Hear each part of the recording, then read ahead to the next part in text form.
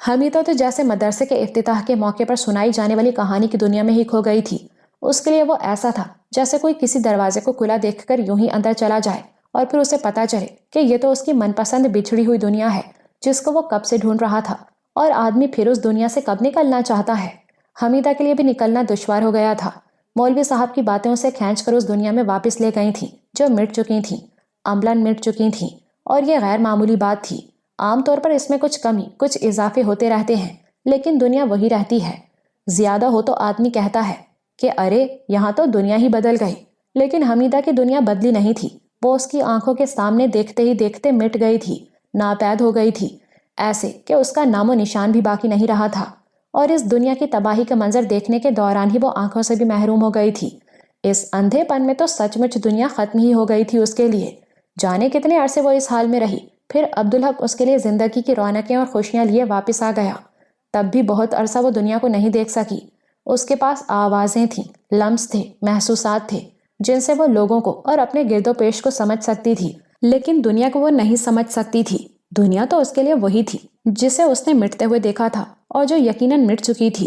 پھر اللہ نے کرم فرمایا، اس کی بینائی اسے واپس مل گئی، وہ پھر سے دنیا کو دیکھنے کے قابل ہو گئی، لیکن یہ اس کی وہ دنیا نہیں تھی۔ اسے دیکھ کر اس کا یقین اور پختہ ہو گیا کہ اس کی دنیا ختم ہو چکی ہے۔ اللہ نے اپنے فضل سے اسے دوسری زندگی دی ہے، اور وہ بھی دوسری دنیا میں۔ پھر اس نے اپنی آنکھوں سے ایک معجزہ رونما ہوتے دیکھا، اللہ کے فضل و کرم سے۔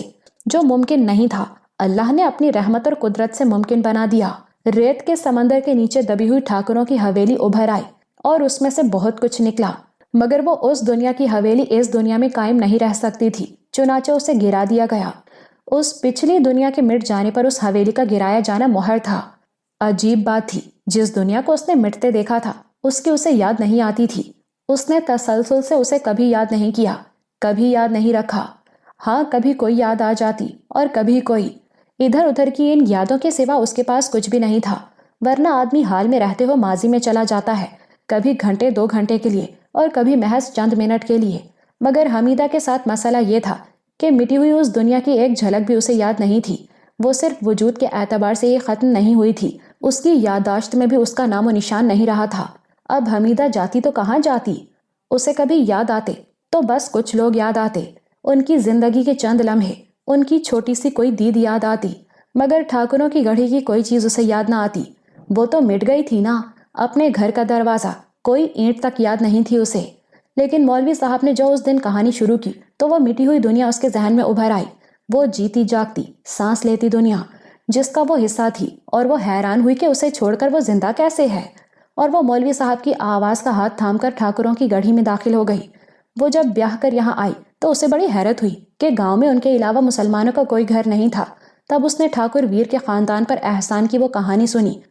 ٹھاکر نے نہ صرف ان کی عزت بچائی تھی بلکہ اپنے گاؤں میں انہیں حق ملکیت کے ساتھ زمین بھی دی تھی۔ اسے یاد تھا اس کا سسر نماز نہیں پڑھتا تھا، لیکن جمال الدین پر اللہ کا کرم تھا کہ وہ قرآن بھی پڑھتا تھا اور نماز بھی باقاعدگی سے ادا کرتا تھا۔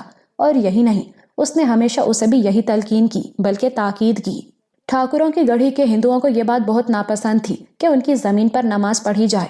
انہوں نے کئی بار ٹھاکر ویر سے اس بات کی شکایت کی، لیکن ان میں رواداری بڑی تھی۔ تمہیں کیا تکلیف ہے اس کی نماز سے؟ انہوں نے اعتراض کرنے والوں سے پوچھا۔ ٹھاکر مہاراج، اس گاؤں میں ملیچ مسلح کی موجودگی ہی کیا کم ہے کہ وہ نماز بھی پڑھے؟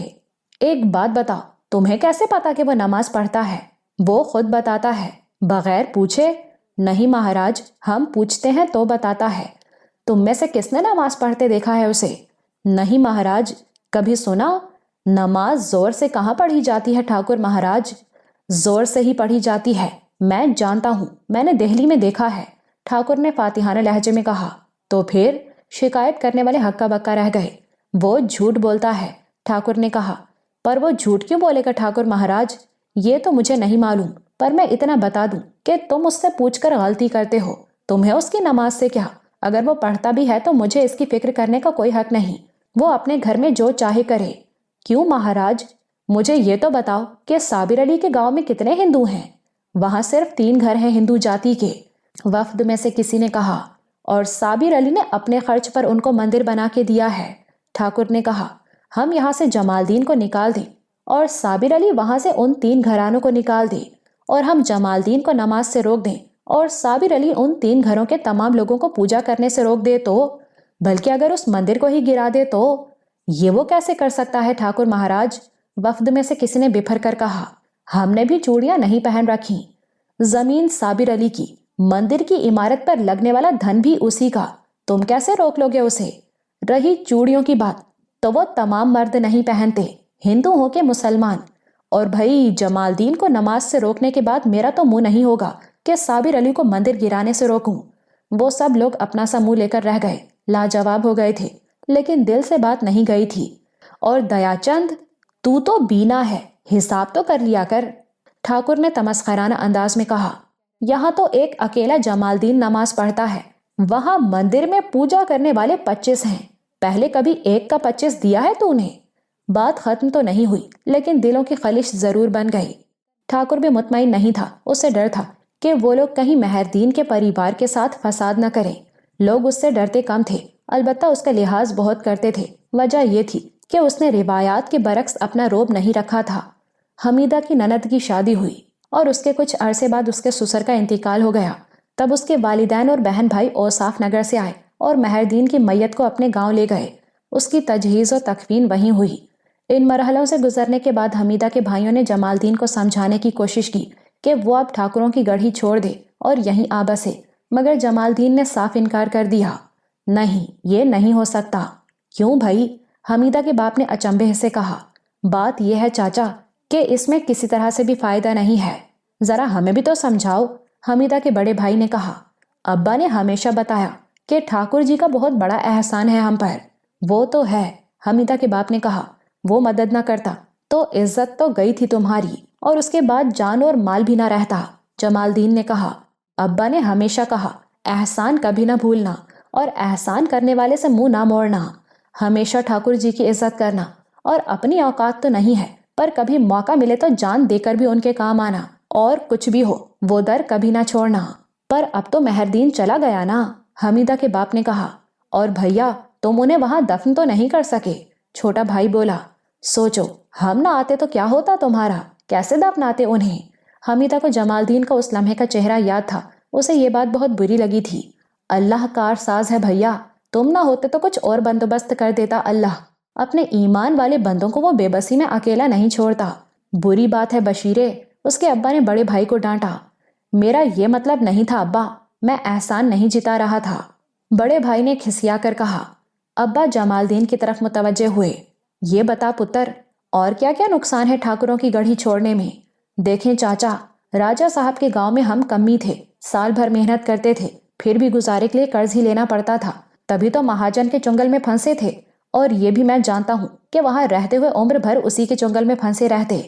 ابا جانتے تھے کہ وہ سچ کہہ رہا ہے، ادھر ان کا بھی یہی حال تھا۔ راجہ صاحب کے ہاں ہم کمی تھے، ٹھاکروں کی گڑھی میں ہم زمیندار ہیں، بڑے نہ سہی، چھوٹے بھی نہ سہی، بہت چھوٹے سہی، پر ٹھاکر جی نے ہمیں حق ملکیت کے ساتھ زمین دی ہے، اور اتنی کم بھی نہیں کہ بس نام کی ہو۔